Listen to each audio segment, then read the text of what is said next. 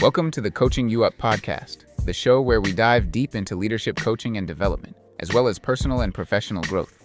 We will explore real-time solutions to workplace challenges and overall professional growth.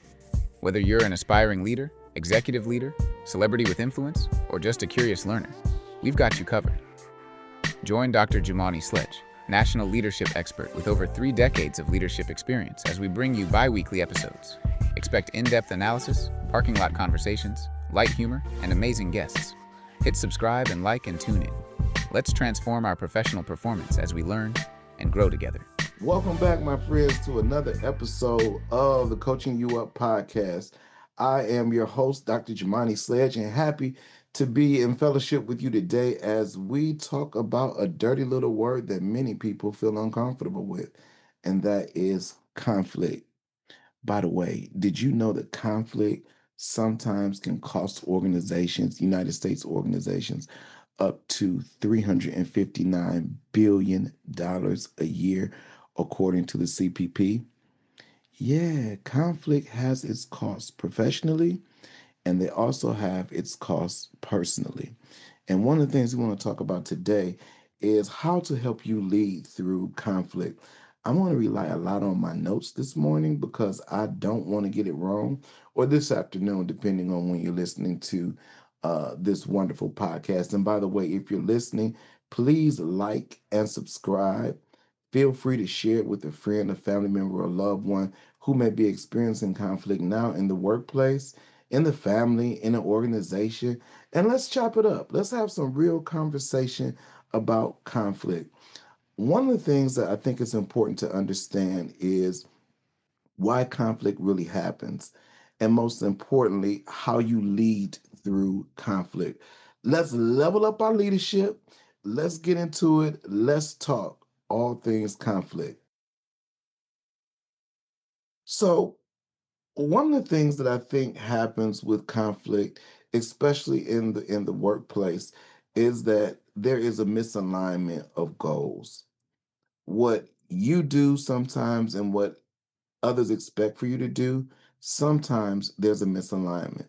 And vice versa, what you expect of others and what others expect of you, there's a misalignment. The other piece is, and I've seen this more times than not, a communication breakdown, just a full breakdown in communication. Be it that someone is failing to respond to you in a timely manner, be it that someone doesn't close that feedback loop, which is so important in organizations. A lot of times people go without knowing because that feedback loop, quite frankly, isn't closed. There's not the before, the after, and in some organizations, even the during. So communication is key. And then lastly, an identity of threats. Yes, there are people who work in organizations who are not necessarily skilled at understanding what may be a threatening posture or threatening behavior towards another individual in the workplace.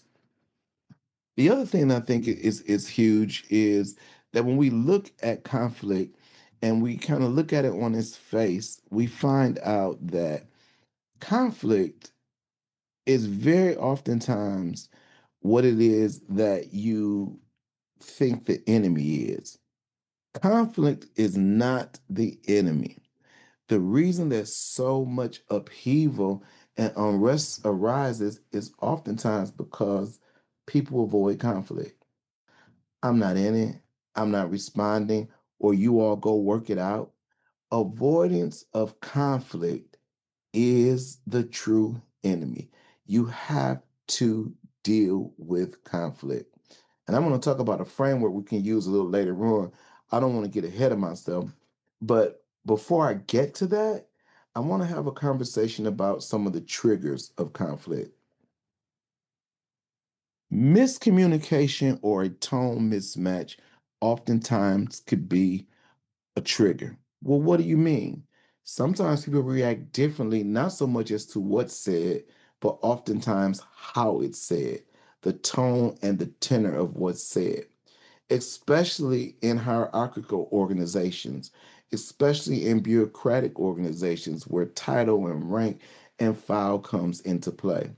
It's always important to know that, and it's always important to respond in such a way that is palatable for the receiver.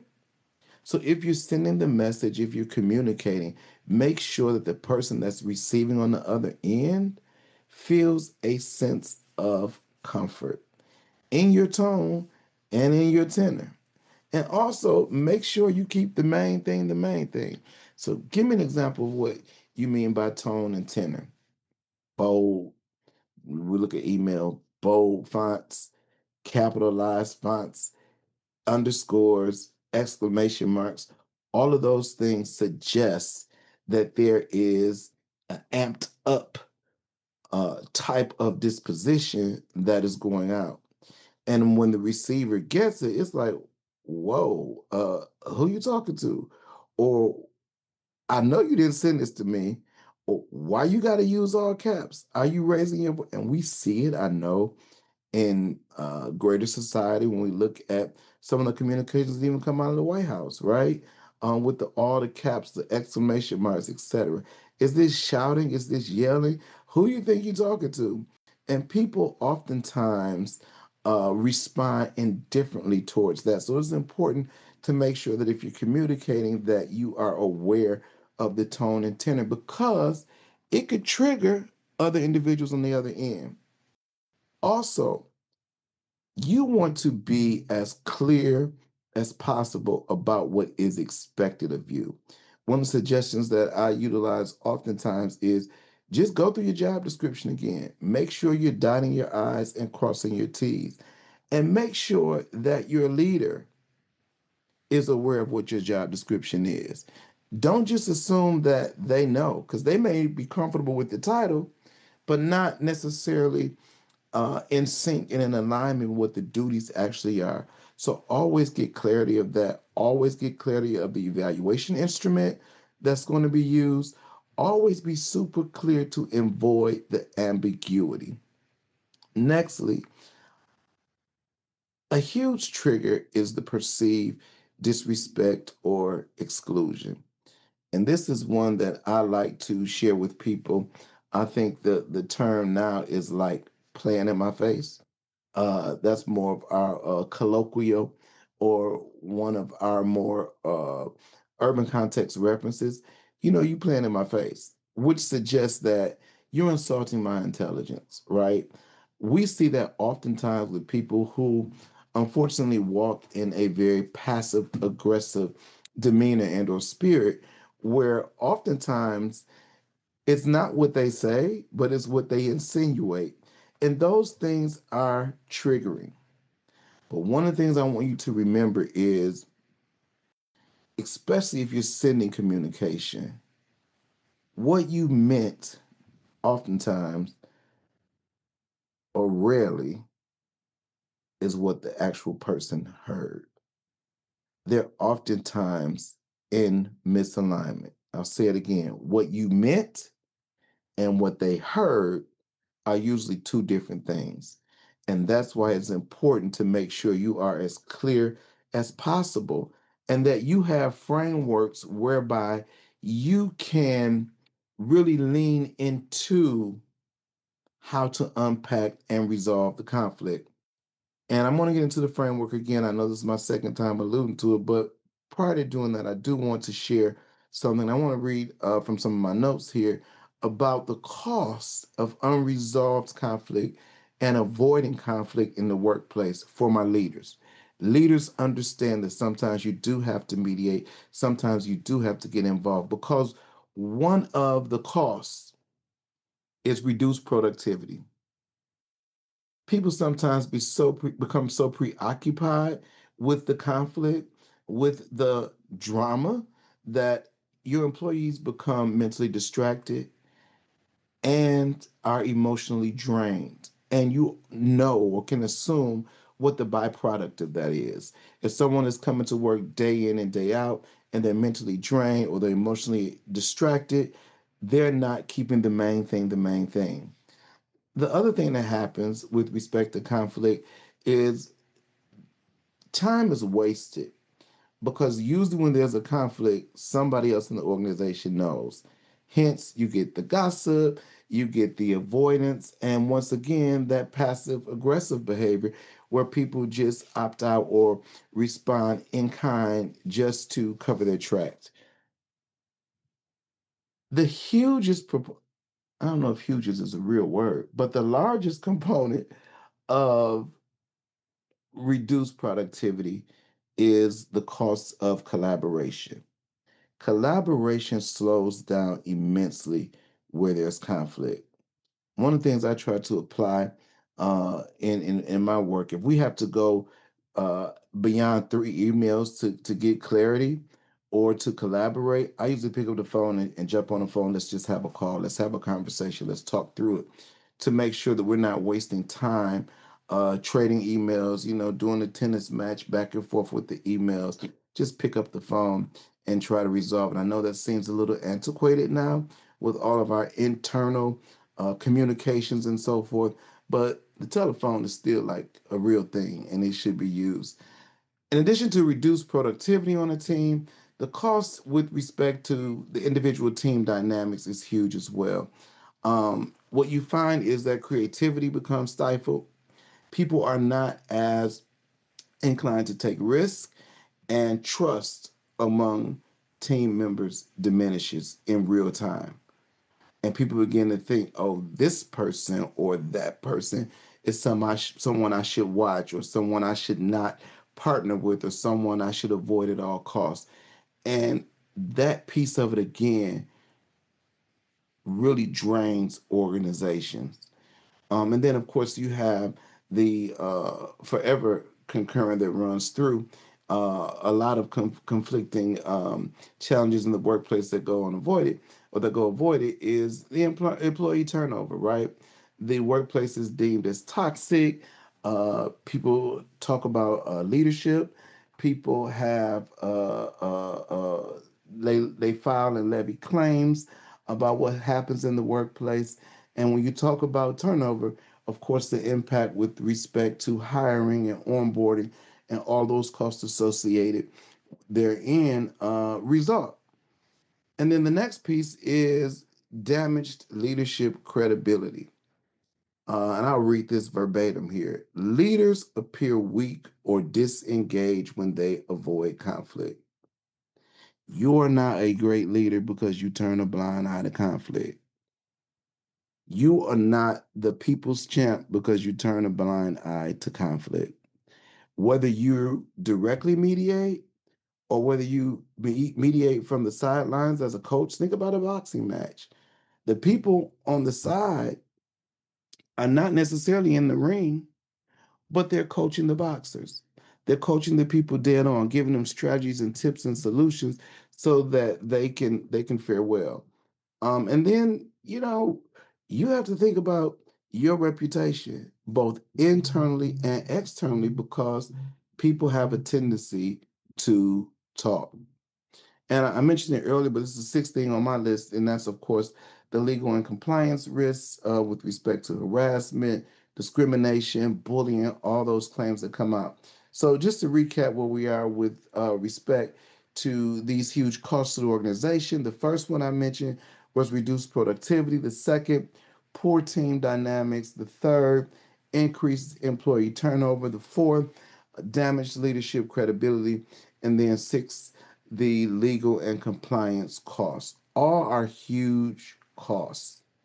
And it is important for us to try to mitigate and or eliminate and prevent, I guess I should say, those types of costs on any organization.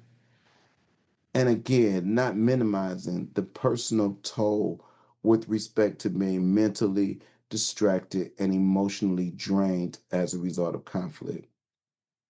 So your question may be, so what do I do? This is me. This is speaking to me. And again, if this resonates with you, please don't forget to like and subscribe to this podcast. And here's something that you can do. One of the things that you can do is apply what's called the lead model, LEAD. It's an acronym, and I prefer word association so it sticks in your mind and you can kind of recall it as quickly as possible. But the LEAD acronym is a framework to be able to deal with difficult conversations. It's an acronym to be able to unpack certain situations when you find yourself having to give feedback or receive feedback that may otherwise be uncomfortable. The first thing you have to do in terms of applying this framework is to, and the L is for listen actively. Don't listen to rebut. Don't listen to respond, but listen with curiosity, asking yourself, what are they really saying? Asking yourself, does this really apply to me? Asking yourself, am I better as a result of hearing this? It's important not just to listen to get your turn to respond or to go into the conversation in terms of trying to resolve conflict with, I'm just going to sit here. I don't care what they say. The next in the lead acronym is the E, empathizing genuinely. Um, I think it's important when you're listening, especially listening actively, that you adopt some tools around paraphrasing and restating. And it's okay to ask a question to a person who is sharing feedback with you and you're trying to resolve conflict. And you have to sometimes say, do I hear you saying, and repeat those words back to them? And or say, aha, I hear that you felt uncomfortable when X occurred. It is important to listen and to engage in a posture of empathy and making sure that it's genuine, right? Because anybody can tell when you just like putting on for the cameras, right? Or doing a show or playing in their face. And then the A in the lead acronym is to address the issue clearly. And this is where I find oftentimes that it sort of derails. And that's because people try to address the feelings before they address the facts. Now you may say, Sledge, you're contradicting yourself. Hear me. When I say empathize genuinely, that is with the feelings. But you can address feelings alone and not address the facts. Facts before feelings. Keeping the main thing the main thing. This is the work. This is the task. This is the goal. A lot of people have this disposition, and usually it's privileged people who feel that my feelings come before the facts. My feelings come before the work. And oftentimes that's not the place. Work is not necessarily a place of privilege. Work necessarily is not a place of entitlement. And so when you're dealing with that, you have to be very savvy and you have to, especially if you're dealing with someone who again it's sort of passive aggressive because they have this I think the term is I think it's darvo and it's a psychological term where they'll deny, um attack, reverse. I think it's victim and the offender. So when someone is passive aggressive, usually they lean towards darvo, which is to of course deny any accusation, deny any of the facts, try to attack you, and then try to flip it. So then that the victim becomes the offender. So because you decided to have this conversation, they want to flip it. And then, of course, you become the bully, or you can become, this is potentially, you could become the bully, or you could become the one that's subjecting them to something. So you have to be aware of that psychological manipulation that usually comes from persons who are sometimes a little passive aggressive. And the same with respect to gaslighting, right? People try to have a tendency to flip it and make you believe that your current feeling or your current reality is not what's really taking place when all the time it's really what's taking place. So what I say to you, my friends, is you not cray cray, right? So listen closely, lean in, and make sure your antennas are up so that you can save space to handle that. And then after you do that, of course, listen actively, empathize genuinely. The next thing is the A, address issues clearly, Facts before feelings. And then finally, D, decide on the next steps. And the next steps forward should be collaborative. They shouldn't be one sided. Here's what I can do. What can you do? Or what can we do together to make sure that we don't end up in this particular place, having to have this particular set of circumstances occur? And the reason I say it should be collaborative, because in a collaborative space for resolving problems, it takes two people. You could do all of the work on your end to shore yourself up and be introspective and really be reflective in terms of things you've said or done or written or heard or whatever. And if the other person isn't doing it, you're still not going to get to a place where you can work as collaboratively, as possible. So it's important to be able to do that and to make sure again that you're keeping, I say it over and over again, the main thing, the main thing. The other piece that I think is important to know and to understand is that when you're receiving feedback, if you're one who's actually getting the feedback, someone wanting to have a courageous conversation with you or resolve conflict, make sure that you remain open to growth. Make sure that you remain open to being able to collaborate. Avoid at all costs hard and fast shutdowns.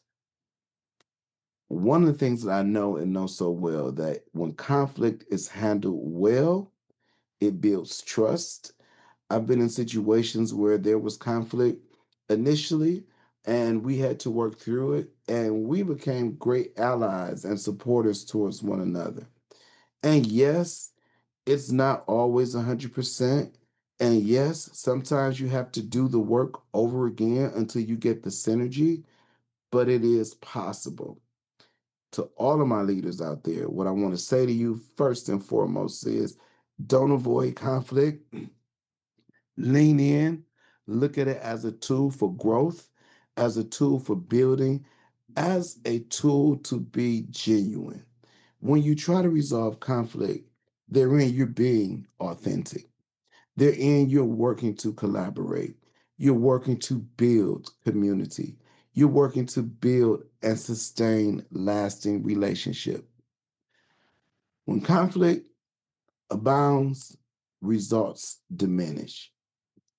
So I want you again, there's several different resources on conflict in the workplace. Many of them are written by different individuals who I'm not going to plug on this podcast. But I will say that there's several, and I usually give you resources, but the resources of the persons who write in this space, um, I think have amassed a huge enough audience. Uh, and so I just want to put that there. And so it is important to lean into that space. So if you have issues and you want to talk through them, if you have questions, feel free to hit me up, send me an email, doctor, that's dr.sledgecoaching@gmail.com. Send me a question. You can also visit our website on YouTube at Coaching You Up, and you can certainly feel, and that's coach_you_up.org, and you can take advantage of one of our one-to-one sessions and some of our group sessions and some of the packages that we have there. Again, I appreciate you as always for listening. This was not an extended long podcast session, but it's one I think is very needed as we work to better ourselves and be the better professionals, the better communicators, and most importantly, the better leaders. Thank you, Coaching You Up family, community. Until next time, see you soon. Peace. Thanks for tuning in to the Coaching You Up pod. We hope today's conversation sparked new ideas, practical solutions, and fresh inspiration for your leadership journey. Remember, growth is a continuous process, and every step forward counts. If you enjoyed today's episode, don't forget to hit subscribe and leave a review. It helps us reach even more amazing leaders like you. Visit us at coachupnow.org for more information on coaching sessions. Join me, Dr. Jumaane Sledge, every other week as we keep diving deeper into real-time workplace challenges and personal growth strategies. Until next time, keep learning, keep leading, and keep leveling up.